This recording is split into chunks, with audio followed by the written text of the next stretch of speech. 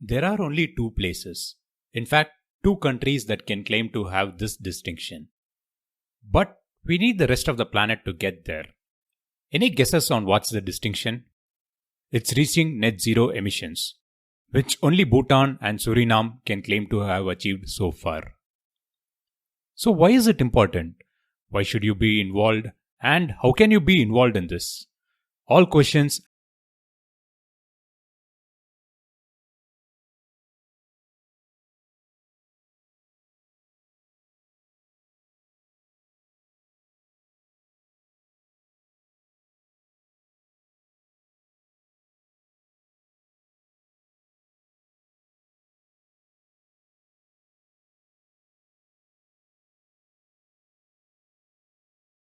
Another episode on the Mission Shunya podcast. Wherever you are, I hope you are safe. And during this COVID pandemic, I hope you're taking the required precautions and staying safe. And especially if the vaccines are available, please take a shot and keep yourselves and your near and dear ones safe and protected. If you happen to listen to this podcast episode during the week of release, you would have realized that the Earth Day just passed by, and this podcast has a special connection with that day, as the very first Mission Shunya episode went live on Earth Day 2019. If you listened to this the very first time a couple of years ago, that is in 2019, you would have wondered, what is this transition towards a zero carbon and a net zero economy? What is it all about, and why do we need a podcast to talk about all of this?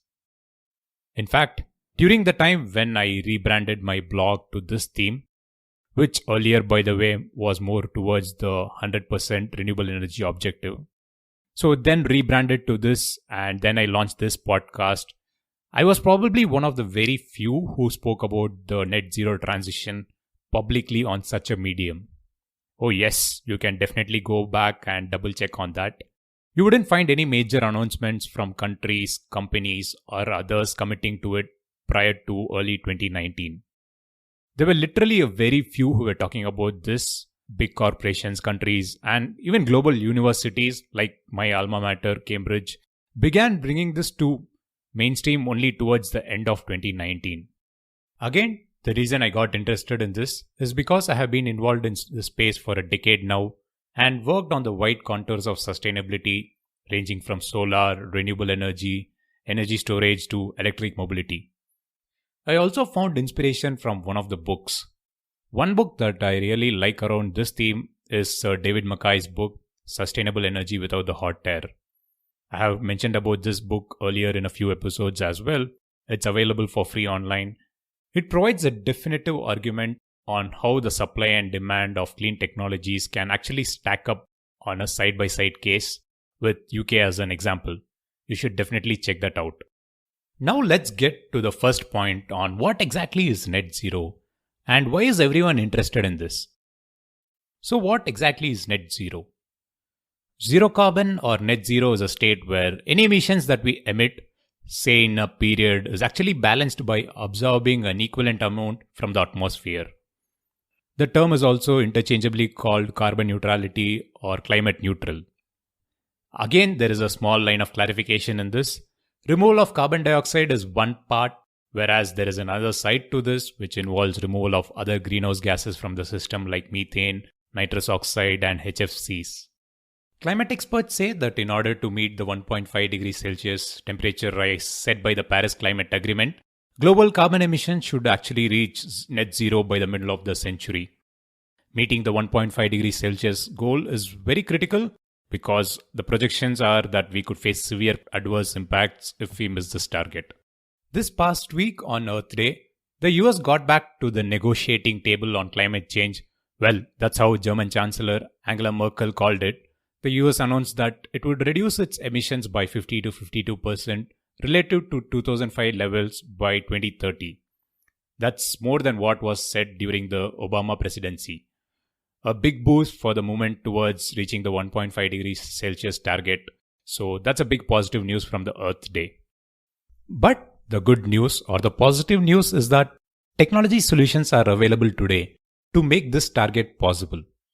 Renewable energy is actually mainstream and is cheaper than conventional sources in many countries around the world. Countries see this transition as the green industrial revolution and could actually transform the economy just like the way the original industrial revolution did. Apart from energy, other sectors like transportation, another contributor to emissions, is increasingly turning electric. Other sources like livestock production, this is carbon intensive activity, and we have meat alternatives that are available in the market, so that could actually offset this part of the emissions. But of course, this decarbonization can't be seen as uniform. That is because some sectors in the economy can have or get to net zero, like in energy, heating, and transportation, as I said earlier. But some spaces, like even within transportation, that is aviation and shipping, can't be totally decarbonized, which means they will continue to emit. So we will have to remove more from the system around it so that the entire system balances out. Transportation really takes a big chunk of the emissions, especially aviation and shipping contribute to a significant part, but recent advancements in zero emission aviation is an encouraging sign. Recently, countries have committed to fly the green route, especially France has banned domestic flights that can be covered in less than 2.5 hours time. So basically, you have no option to fly unless you rent out a private jet if your distances can be covered in 2.5 hours. So if you are in France, you contribute to this noble cause by default. But if you are elsewhere, you can do this by choice. Stop taking a flight for a short distance unless absolutely necessary. I know people actually travel to the airport for 2.5 to 3 hours actually. So there are better alternatives that can be more sustainable as well. Another big news in recent weeks, or should I say in the recent months, has been an increased interest from the global private sector financing arms, especially around driving to net zero transition. Big banks have individually made commitments of around $1 trillion between now and 2030 to 2050. So clean tech and sustainability projects could get priority lending. Now, after looking at why everyone is interested in this, let's move on to the second point on why should you be involved in this. Let me tell you a short story. A family living near a seacoast in Southeast Asia lost its entire lifetime savings and assets due to an unseasonal cyclonic storm. Cyclones are not new to this part of the world, but what was unusual about this event was that it was unseasonal and its impact was very severe. Such events have been a regular occurrence in the recent past, and for a family dependent on the seashores for their livelihoods, they can't move away from this because of such occurrences. Unfortunately, this family or none of their countrymen played a huge role in the cause for climate change.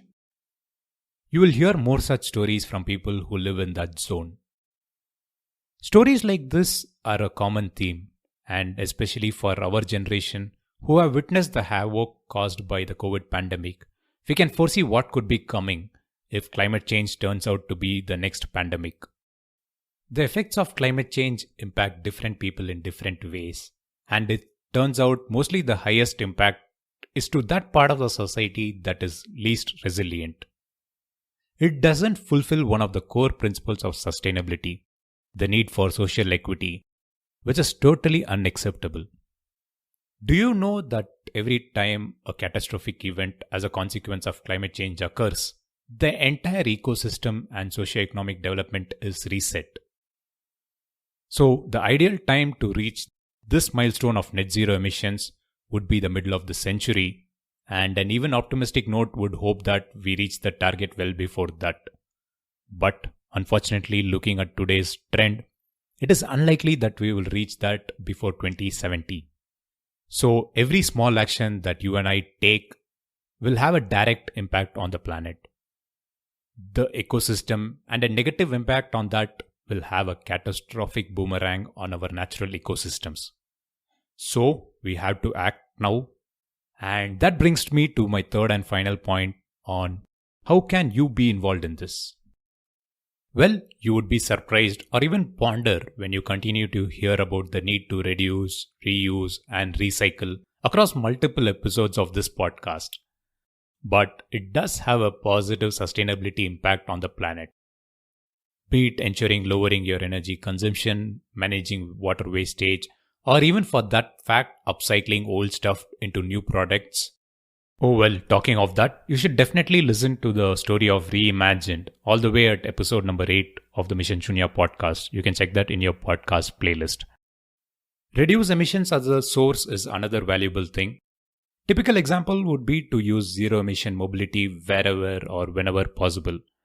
Be it the private vehicles that you can have, or you can opt for shared mobility services, especially the micro mobility vehicles that are increasingly gaining prominence around the world.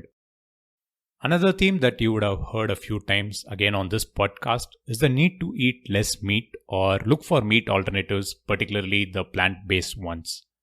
Of course, I can't comment much on how it tastes because I don't actually eat meat, but again, I got a few friends from UK and US who tried the meat alternatives to come and share their experience. It's again available on episode 15 of this channel, which you can go back and listen to. And yes, I am lining up another story on meat alternatives, and it should be up pretty soon on the channel. If you are in the developed world and if you use gas-based heating, then switching to alternative sources could be a simple act that you should consider. Heat pumps and electrical heaters are getting a big boost in countries like UK, which has committed to move from central heated gas or oil-fired boilers to alternative sources in the next few years. We should encourage and adopt sustainability in a small way wherever possible. Another way is the capital route. If you are an avid investor, think before investing in non-sustainable options. Spend a little time in evaluating options like renewable energy projects, electric mobility, or other projects that you can invest in. In recent time, ESG funds, which have a high influence in the environment space, are getting traction. So it might be worth a bet, an early one if you get started with that soon. Crowdfunding projects is another route. Funding sustainable projects or ideas through the avenue of crowdsourcing, where there is an option for you to invest into some of the most innovative projects from around the world, is something that you should consider. In fact, in the near term, I have lined up a few episodes around this theme, where you can get ideas on taking this route of investing in a range of sustainability projects. And before I forget, there is this angle of carbon offsets as well. It is close to putting a price on carbon. If you are running a big industry or if your carbon consumption is very intense, you can try the route of carbon offsets. People buy carbon offsets and where the capital generated from such transactions is put into sustainable projects. Not my personal choice, I should say, but definitely worth a shot. So, finally, how does this look to shape up? It took a few years for everyone to get around this idea of net zero emissions and then go on to make strong commitments, thereby making net zero sound like a mainstream solution now. But of course, the narrative now has moved on and shifted to go negative, which is equivalent to putting back the emitted carbon emissions to its original sources. Again, remember the discussion we had on a recent episode on carbon capture, utilization and storage. So the theme is definitely going to be around removing more carbon than we put in the system. By the way, you can check the episode number 53 on the playlist to know more about this technology. Of course, the narrative of why don't we plant more trees, etc. is going to be there and be debated from time to time, which I believe we shouldn't stop that either. Every act counts.